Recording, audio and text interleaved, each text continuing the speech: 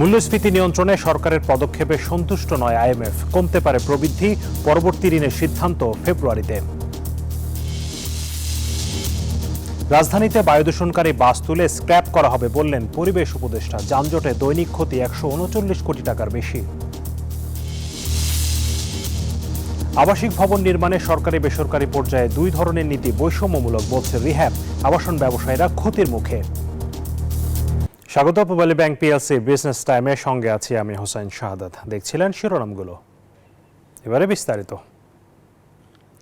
মূল্যস্ফীতি নিয়ন্ত্রণে সরকারের নেয়া পদক্ষেপে সন্তুষ্ট নয় আন্তর্জাতিক মুদ্রা তহবিল আইএমএফ। পাশাপাশি টাকা ছাপিয়ে ব্যাংক বাঁচানোর উদ্যোগে সতর্ক হওয়ার পরামর্শ সংস্থাটির বাংলাদেশ মিশন প্রধানের। আইএমএফ প্রতিনিধি দলের 16 দিনের সফর শেষে সচিবালয়ে আয়োজিত এক সংবাদ সম্মেলনে তিনি এসব কথা বলেন। জানান, ফেব্রুয়ারিতে আইএমএফ বোর্ড সভায় সিদ্ধান্ত হবে ঋণের চতুর্থ কিস্তি ছাড়ের। করোনার পর থেকেই চাপে দেশের অর্থনীতি, বিশেষ করে লাগাম টানা যাচ্ছে না উচ্চ মূল্যস্ফীতির। গেল নভেম্বরে দেশের খাদ্য মূল্যস্ফীতি ছিল প্রায় 14%। বৃহস্পতিবার সচিবালয়ে সংবাদ সম্মেলনে আইএমএফ এর মিশন প্রধান জানালেন, মূল্যস্ফীতি নিয়ন্ত্রণে সংস্থাটির প্রত্যাশা পূরণ করতে পারেনি বাংলাদেশ। শঙ্কা প্রকাশ করেন টাকা ছাপিয়ে ব্যাংক বাঁচানোর পরিকল্পনা নিয়েও। টাকা ছাপিয়ে সংকট সামাল দেয়ায় ঝুঁকি আছে, এতে করে মূল্যস্ফীতি আরেক দফা বাড়তে পারে। বাংলাদেশ ব্যাংক যে কৌশল নিয়েছে সেটার সঙ্গে বাস্তবায়ন করতে হবে। কোনো কারণে পরিকল্পনা সফল না হলে ঝুঁকি বাড়বে। আইএমএফ বলছে, চলতি বছর জিডিপির প্রবৃদ্ধি নামবে 3.8%। অর্থনৈতিক চ্যালেঞ্জ মোকাবিলায় বৈদেশিক সহায়তা জরুরি বলেও মনে করে সংস্থাটি। একই সঙ্গে তাদের তাগিদ কর জিডিপির রেশিও বাড়ানোর। অবশ্য পরের অর্থবছরে দেশের অর্থনীতি ঘুরে দাঁড়াবে এমন পূর্বাভাস সংস্থাটির। 2025 অর্থবছরে প্রকৃত জিডিপি প্রবৃদ্ধি 3.8% নামতে পারে, কারণ গণ অভ্যুত্থান, বন্যা এবং কঠোর নীতির কারণে উৎপাদন ক্ষতিগ্রস্ত হয়েছে। তবে নীতিগুলো শিথিল হলে 2026 অর্থবছরে এটি আবার বেড়ে 6.7% পৌঁছানোর সম্ভাবনা রয়েছে। মিশন প্রধান জানান, ঋণের চতুর্থ কিস্তির বিষয়ে সিদ্ধান্ত হবে 5 ফেব্রুয়ারির বোর্ড মিটিংয়ে।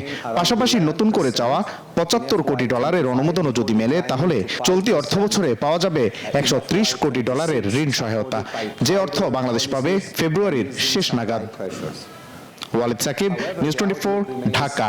পুরনো বায়ুদূষণকারী বাস সড়ক থেকে তুলে স্ক্র্যাপ করা হবে বলে জানিয়েছেন পরিবেশ উপদেষ্টা সৈয়দা রিজওয়ানা হাসান। বলেন, কিছু মানুষের স্বার্থে ঢাকার সব বাসিন্দাকে বায়ুদূষণের শিকার হতে দেয়া যাবে না। যানজটে দৈনিক প্রায় 82 লাখ কর্মঘণ্টা নষ্ট হয় নগরবাসীর। অর্থমূল্যে এই সময় 139 কোটি টাকার বেশি। রাজধানীতে এক আলোচনা সভার পর তিনি এসব কথা বলেন। সবার বিষয় ছিল সড়ক পরিবহন খাতে শৃঙ্খলা আনা, যানজট নিরসন এবং বায়ুদূষণ নিয়ন্ত্রণ। যানজটের নগরী ঢাকার মোট আয়তনের 25% সড়ক থাকার কথা, কিন্তু আছে মাত্র 7 থেকে 8%। ফলে যানজট এক নিত্যসঙ্গী, যা দৈনিক প্রায় 82 লাখ কর্মঘণ্টা নষ্ট করছে। অর্থমূল্যে এই সময় 139 কোটি টাকার বেশি। আবার বিগত 1 যুগ ধরে বায়ু দূষণে বিশ্বের শীর্ষ তালিকায় ধারাবাহিকভাবে রয়েছে ঢাকা। এসবের সমাধানে ঢাকার বিদ্যুৎ ভবনে এই আলোচনা সভার আয়োজন। বক্তারা বলেন, ঢাকায় 20 বছরের বেশি সময় ধরে চলছে 10,500-এর বেশি যানবাহন। ঢাকার বাইরে এ সংখ্যা 18,000-এর বেশি। রিক্সা এবং ব্যাটারি চালিত রিক্সা দুটোই, তো এগুলার জন্য যে আইন সংস্কার সেটা এখন চূড়ান্ত পর্যায়ে আছে। আমরা আশা করছি সপ্তাহখানেকের মধ্যেই এই চূড়ান্ত করে আমরা বিষয়টা কার্যক্ষেত্রে যেতে পারে। শ্রমিকদের কল্যাণে, মালিকদের কল্যাণে, জনগণের কল্যাণে আমরা একটা সড়ক পরিবহন আইন 2018-কে আমরা রিথিঙ্কের জন্য ওনারা চিন্তা করছে। সবার সহযোগিতা চাই যেন আমরা সম্মিলিতভাবে এই কিছুটা রিলিফ হলেও দিতে পারি। এসব নানা উদ্যোগের কথা জানিয়ে ঢাকার সড়কে শৃঙ্খলা ফেরাতে 25 ফেব্রুয়ারি থেকে পরীক্ষামূলকভাবে গ্রিন ক্লাস্টার চালু হবে বলে জানান সড়ক পরিবহন ও সেতু উপদেষ্টা। বিআরটিএ-কে 1 মাসের জন্য সময় দেওয়া হয়েছে। বিআরটিএ যদি এর মধ্যে যদি তাদের অবস্থার উন্নতি করতে না পারে, তাহলে বিআরটিএর বিরুদ্ধে ব্যবস্থা গ্রহণ করা হবে। এদিকে বায়ু দূষণ মোকাবেলায় টাস্ক ফোর্স কাজ করছে বলে জানান বন ও পরিবেশ উপদেষ্টা।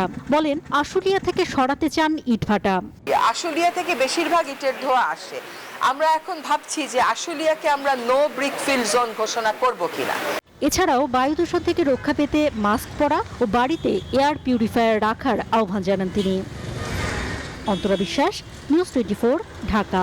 আবাসিক ভবন নির্মাণে সরকারি বেসরকারি পর্যায়ে দুই ধরনের নীতি বৈষম্যমূলক। এ ধরনের ব্যবস্থার কারণে আবাসন ব্যবসায়ীরা ক্ষতির মুখে পড়ছেন। সকালে রাজধানীর সিরুডাপ মিলনায়তনে সংবাদ সম্মেলনে একথা জানিয়েছেন আবাসন ব্যবসায়ীদের সংগঠন রিহ্যাবের সভাপতি মোহাম্মদ ওয়াহিদুজ্জামান। ক্রেতা পর্যায়ে ফ্ল্যাটের চাহিদা অনুযায়ী যোগান কম থাকায় বাজারে রড সিমেন্টের দাম কমার প্রভাব আবাসন খাতে দেখা যাচ্ছে না বলেও জানান তিনি। সংবাদ সম্মেলনে জানানো হয়, এমন বাস্তবতায় আগামী 23 থেকে 27 ডিসেম্বর রাজধানীর আগারগাঁওয়ের বিআইসিসিতে শুরু হতে যাচ্ছে আবাসন খাতের সবচেয়ে বড় আয়োজন রিহ্যাব ফেয়ার 2024। এবছর মেলা থেকে 1000 কোটি টাকার কেনাবেচা হওয়ার আশা করছেন আয়োজকরা।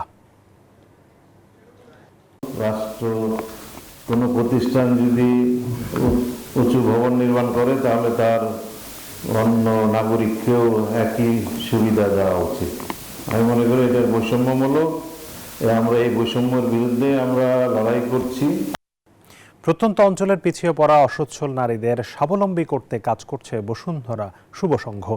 এরই ধারাবাহিকতায় 4 মাসের প্রশিক্ষণ ও সেলাই মেশিন উপহার দিয়ে পাশে থাকছে বসুন্ধরা গ্রুপ। এবার শরীয়তপুর সদরে প্রশিক্ষণ শেষে 20 জন নারীর হাতে সেলাই মেশিন তুলে দিয়েছে প্রতিষ্ঠানটি। বিস্তারিত প্রতিবেদনে। অভাবের সংসার, তাই পড়াশোনা করা হয়নি মিমা আক্তারের। তবে পরিবার ও নিজেকে স্বাবলম্বী করতে বসুন্ধরা গ্রুপের উপহার দেওয়া সেলাই মেশিন দিয়ে ভাগ্যের চাকা ঘোরাতে চান তিনি। আমার সমস্যা টাকার জন্য আমি পড়তে পারিনি, ইন্টারমিডিয়েট পর্যন্ত পড়ছি। মেশিনটা দিয়ে আমি নিজের জামা কাপড় বানাবো। যদি আমাদের এটা ভালো হয় বানানো, তাহলে আশেপাশের মানুষও বানাবে। শুধু মিম নন, শরীয়তপুরে তার মতো আরো 20 জন নারী বিনামূল্যে সেলাই প্রশিক্ষণের পর উপহার পেয়েছেন একটি করে সেলাই মেশিন। আর এই মেশিনেই ভাগ্য বদলের স্বপ্ন দেখছেন তারা। আশেপাশের লোকজন আমার কাছে কাপড় সেলাই করলে আমার ঘরে বসে থাকার চেয়ে ভালো না, কিছু টাকা আয় হবে, ওটা দিয়ে আমি কিছু করতে পারবো। এটা দিয়ে আমি স্বপ্ন পূরণ করব যে আমি জানি আমার বাবার পাশে দাঁড়াতে পারি আর আমার নিজের পড়ালেখা নিজে খরচ চালাতে পারি। বসুন্ধরা শুভ সংঘের পরিচালক বলেন, অসচ্ছল নারীরা যেন আর্থিকভাবে স্বাবলম্বী হয়ে দেশ ও মানুষের কল্যাণে ভূমিকা রাখতে পারে, সেজন্য এই উদ্যোগ। এই যে সেলাই মেশিনগুলো আমরা তাদেরকে তুলে দিলাম, এটা আসলে তারা তাদের সংসারের চাকাকে সচ্ছল করার জন্য, তাদের অর্থনৈতিক অবস্থা থেকে তারা যেন একটু ঘুরে দাঁড়াতে পারে, এই জন্য তারা কাজ করবে। তারা প্রত্যেকেই কথা দিয়েছেন এবং তারা শিখেছেন কাজ। সারা দেশে প্রত্যন্ত অঞ্চল থেকে প্রশিক্ষণ দিয়ে এখন পর্যন্ত প্রায় 1000-এরও বেশি অসচ্ছল নারীকে বিনামূল্যে সেলাই মেশিন দেয়া হয়েছে। আবির হোসেন, নিউজ 24। পাইকারি বিক্রির বড় মোকাম বা চালকলে দাম বেড়েছে, তাই সারা দেশেই ফের অস্থির চালের খুচরা বাজার। ব্যবসায়ীরা বলছেন, মিল পর্যায়ে গত 2 সপ্তাহে 50 কেজির বস্তায় দাম বাড়তি 300 থেকে 350 টাকা পর্যন্ত। দেশে চলছে আমনের ভরা মৌসুম, তারপরও চালের এত দামে ক্রেতার নাবিশ্বাস বেড়েছে। খুচরা বাজারে সরু চালের দাম কেজিতে 3 থেকে 5 টাকা বেড়েছে, মোটা ও মাঝারি চালের দাম বেড়েছে 2 থেকে 3 টাকা। এদিকে চালকল মালিকদের দাবি, ধানের দাম বাড়ায় তারা চালের দাম বাড়িয়েছেন। 1 সপ্তাহ আগে সয়াবিন তেলের দাম লিটারে 8 টাকা করে বেড়েছে, আলু পেঁয়াজের দামও চড়া। এরই মধ্যে চালের দাম বাড়ায় চিড়ে চ্যাপ্টা সাধারণ মানুষ। গ্লোবাল মোটরসাইকেল ব্র্যান্ড সিএফ মোটো বাংলাদেশের বাজারে আনুষ্ঠানিকভাবে লঞ্চ করেছে তাদের ফ্ল্যাগশিপ স্পোর্টস বাইকগুলো। বৃহস্পতিবার রাজধানীর আইসিসিবিতে রাইড দ্য ফিউচার শিরোনামে এক ইভেন্টের মাধ্যমে 6টি নতুন মডেলের মোটরসাইকেল বাজারে এনেছে সিএফ মোটো বাংলাদেশ, যার মধ্যে রয়েছে সিএফ মোটো এর ফ্ল্যাগশিপ মডেল 300 SR, 250 NK এবং 250 SR এর সাথে নতুন 150 SC, 250 CLC ও 230 ডুয়েল। বাইকগুলোর দাম পড়বে 3,48,000 থেকে 4,58,000 টাকা পর্যন্ত। কম খরচে লাভজনক হওয়ায় পানি ফল চাষে আগ্রহ বাড়ছে বগুড়ার কৃষকদের। পতিত খাল বিল ও জলাশয়ে চাষ হচ্ছে পানি ফল, ভালো দামও পাচ্ছেন কৃষক। এখানকার উৎপাদিত পানি ফল সরবরাহ হচ্ছে বিভিন্ন জেলায়। আগামী বছর এই ফল উৎপাদনের লক্ষ্যমাত্রা আরও বাড়বে বলে আশা কৃষি বিভাগের। বগুড়া থেকে আব্দুল সালাম বাবুর তথ্য ছবিতে ডেস্ক রিপোর্ট। পানিতে জন্মে নাম তার পানি ফল। দেখতে অনেকটা সিঙ্গারার মতো হওয়ায় সিঙ্গারা নামেও রয়েছে পরিচিতি। এ ফলের কোনো বীজ নেই। মৌসুম শেষে পরিপক্ক ফল থেকে আবারও চারা গজায়, বিক্রি করা যায় 2 থেকে 2.5 মাসেই। বগুড়ার গাবতলী, শিবগঞ্জ ও সদর উপজেলা সহ বিভিন্ন উপজেলায় চাষ হয় এ পানি ফল। বাড়তি কোনো পরিচর্যা ও বালাইনাশকও দরকার হয় না এই ফল চাষে। প্রতি বছরে আবারটা আমরা করি, এবারও করছি, মোটামুটি ফলন ভালোই আছে। এগুলো আপনি জলাশয়ে ঢুকে ভরে যায়, ওগুলো সাফ করা লাগে, গাছ লাগানো লাগে। গত বছর তো এবার জমি বেড়ে দিছি, আল্লাহ যদি বাঁচা আর বছর আরো বেড়ে দেওয়া। শহরের চেলোপাড়া চাষি বাজারে প্রতিদিন ভোর থেকে সকাল 8টা পর্যন্ত চলে বেচাকেনা। এই জিনিসটা আমরা লাগাই, লাগানোর পরে মনে করেন আমরা বিক্রি করে আপনি 1000 টাকা, 1200 টাকা, 1400 টাকা, 800 টাকা এখন বিক্রি করি। জেলার চাহিদা মিটে পানি ফল যাচ্ছে অন্যান্য জেলাতেও। এই ফল চাষে সম্ভাবনা দেখছে কৃষি বিভাগ। অনাবাদি জমি যেখানে জলাশয়, সেই জলাশয়গুলোতে আমাদের কৃষক ভাইরা দিন দিন আবাদ সম্প্রসারণের কাজ করছে। এখানে গাবতলী উপজেলা, সদর উপজেলা সহ আরো অন্যান্য উপজেলায় আমাদের এরকম জলাবদ্ধ জমিতে আমাদের কৃষক ভাইরা এটি চাষ করছেন এবং বগুড়া জেলার চাহিদা মেটানোর পরেও কিন্তু এটি অন্যান্য জেলাতেও আমরা দেখছি তারা রপ্তানি করে ভালো লাভবান হচ্ছেন। চলতি বছরে বগুড়ায় 41 হেক্টর জমিতে পানি ফল চাষ হয়েছে, যা থেকে 1230 মেট্রিক টন ফল উৎপাদনের আশা করা হচ্ছে। Desk report, news 24।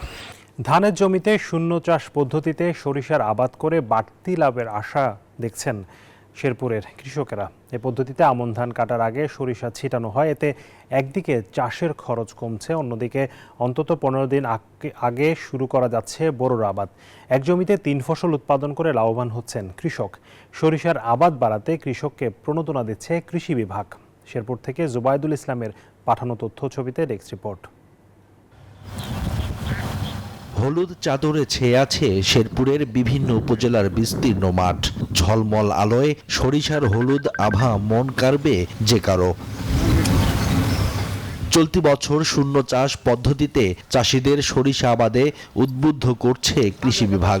এই পদ্ধতিতে আমন ধান কাটার আগেই জমিতে সরিষার বীজ ছিটিয়ে দেন কৃষক। এতে জমি চাষের খরচ হয় না।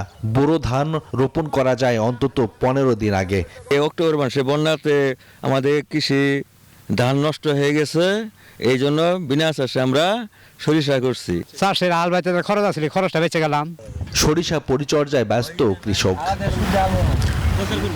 এই পদ্ধতিতে সরিষা আবাদ করায় একই জমিতে 3টি ফসল পাচ্ছেন কৃষক। বিনা চাষে এটা সরিষা হয়েছে, এতে আমরা দেখা যাচ্ছে যে খুব ভালো সরিষা হয়েছে। সরিষা তো ভালোই দেখা যাচ্ছে, খারাপ না। দেশে ভোজ্য তেলের চাহিদা মেটাতে শূন্য চাষে সরিষা আবাদে কৃষকদের উদ্বুদ্ধ করা হচ্ছে বলে জানিয়েছে কৃষি বিভাগ। আমরা এই প্রযুক্তিটা আমাদের কৃষকদের মাঝে দ্রুতগতির বিস্তারের জন্য আমরা কাজ করতেছি। ইতিমধ্যে তাদেরকে আমরা বিভিন্ন কৃষক সমাবেশ করছি, তাদেরকে প্রশিক্ষণ প্রদান করা হচ্ছে, তাদেরকে আমরা লিফলেটের মাধ্যমে এই শূন্য চাষ এবং জিলে চাষে উদ্যোগ করতেছি। এবছর জেলায় 18,720 হেক্টর জমিতে সরিষা আবাদের লক্ষ্যমাত্রা নির্ধারণ করা হয়েছে।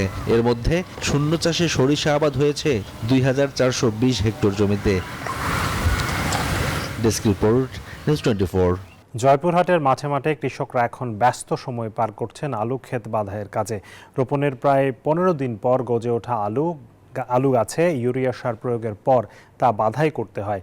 কৃষি সম্প্রসারণ অধিদপ্তর জানায়, জেলায় এবছর 40,000 হেক্টর জমিতে আলু রোপণ সম্পন্ন হয়েছে, যা থেকে লক্ষ্যমাত্রা ধরা হয়েছে 9,08,800 মেট্রিক টন। আবহাওয়া ভালো থাকলে জেলায় এবারও আলু রেকর্ড পরিমাণ উৎপাদন হবে। এ ছিল পূবালী ব্যাংক পিএলসি বিজনেস টাইমে। এতক্ষণ সাথে থাকার জন্য ধন্যবাদ সবাইকে।